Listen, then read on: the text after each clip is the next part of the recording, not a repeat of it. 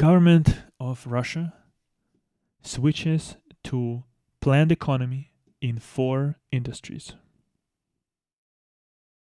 Planned economy. So we are really back into USSR right now. I mean, it's like it once. It didn't do it yet, but they're thinking about it because they're saying that we're not going to create anything at all if we don't do this. Which is kind of a maybe don't start wars, maybe like stop the war, pay reparations, send your people to repair buildings for free for Ukraine, so on and so forth. Do that, and then maybe after like 5-10 years, people will start, talking to you again, and then, and then maybe you will be able to do something. But okay, so what are the industries? Aviation. That's the first one. Because I mean, this is insane. Okay, aviation.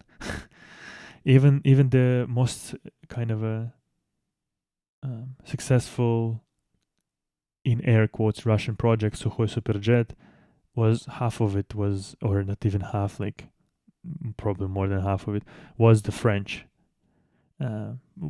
side of it, including the engines. So that's that. Okay, how are you gonna create till 2030? Total. How are you gonna switch totally from the foreign airplanes to your own? 2030 in 8 years, really? In 7 years, basically. Don't believe it. I don't believe it. Okay, then it is shipbuilding. Shipbuilding, because Norway was given, or not given, selling engines for icebreakers, for example. Germany was providing compressors for what is the I fucking knew that name, LNG, liquid gas, LNG, is it? No, not LNG, just liquid gas tankers. Then pharmaceutical industry as well. I didn't know this, that apparently the Russia does not create any, or almost no machinery, tools that actually can create later, pills, whatever the fuck. All of those like high tech things, they were just bought. They were never, nothing was created in Russia. So aviation, shipbuilding, pharmaceutical, and the fourth one is basically just creating of equipment, just in general, like creating of equipment. I don't understand like what exactly does it mean, but I mean that's basically what you need, right? To create anything in any industry, you first need a machine that would be able to create certain tools, certain just things, parts, and yeah. Apparently, oh my god, this is insane. This is Vice Premier Denis Manturov. This is head of Ministry of Industry and Trade.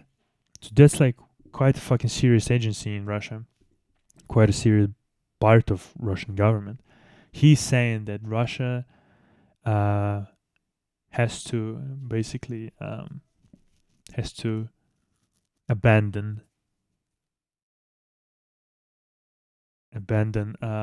free market politics when it comes to the industry, when it comes to the manufacturing. Even China can't do it. Even China, who's been like stealing and reworking shit ton of like Western equipment, even they cannot do it like fully yet. And Russia will be able to do it. Yeah, sure, of course. And by the way, like obviously, for those who don't live in Russia, who don't like hear any news about that kind of stuff from Russia, they've been talking about about импортозамещение. It's called in Russian. Import substitution. Basically, from 2014 at least, even more. What it means by import substitution is that, well, it's exactly how it's called, how it sounds. That instead of importing things, especially important things like again, some tools, some machinery, heavy machinery that manufactures either other machinery or manufactures parts, details, so on and so forth. We need to, instead of importing it, we need to produce it on our own, by ourselves. But you know what's the problem? Is that if you import those things, you can steal a shit ton of money. A shit ton of money. Very easily, very quickly. That's exactly what all of those cunts were doing in the past 10, 15, 20 years. They were just stealing money. That's it. To create something, you actually need professionals. You actually need to create wish for that professionals to actually work for you. You not only need to pay good salaries, but you need to create a country, a region where people would want to live instead of leave. Because people who have brains, they're just living right now.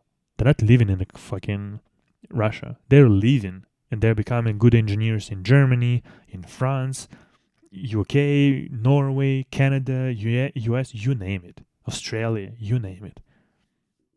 And sure, a lot of people work in manufacturing jobs in Russia.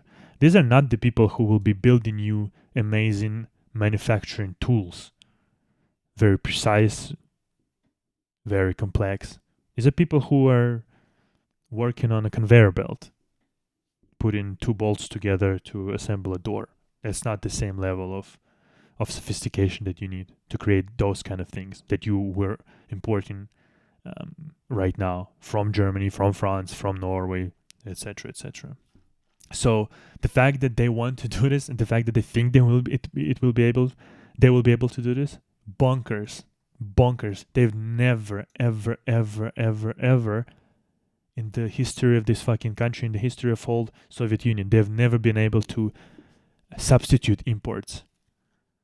The best they could do is probably take some tool, some manufacturing tool, machinery, and maybe copy and use it till the end of time, like a technology from like 50 years ago or something like that. I've heard news that a lot of I've read it, that a lot of machinery that was basically taken from Germany and imported into Soviet Union in like after the war, basically after the Second World War, World War II.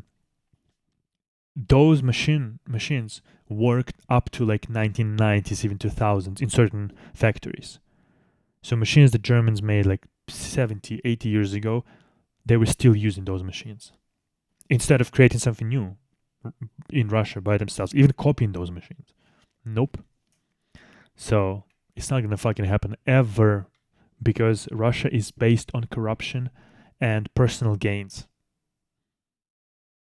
Because all those cunts, that was the strategy for all those cunts for 20, 30, 50 years.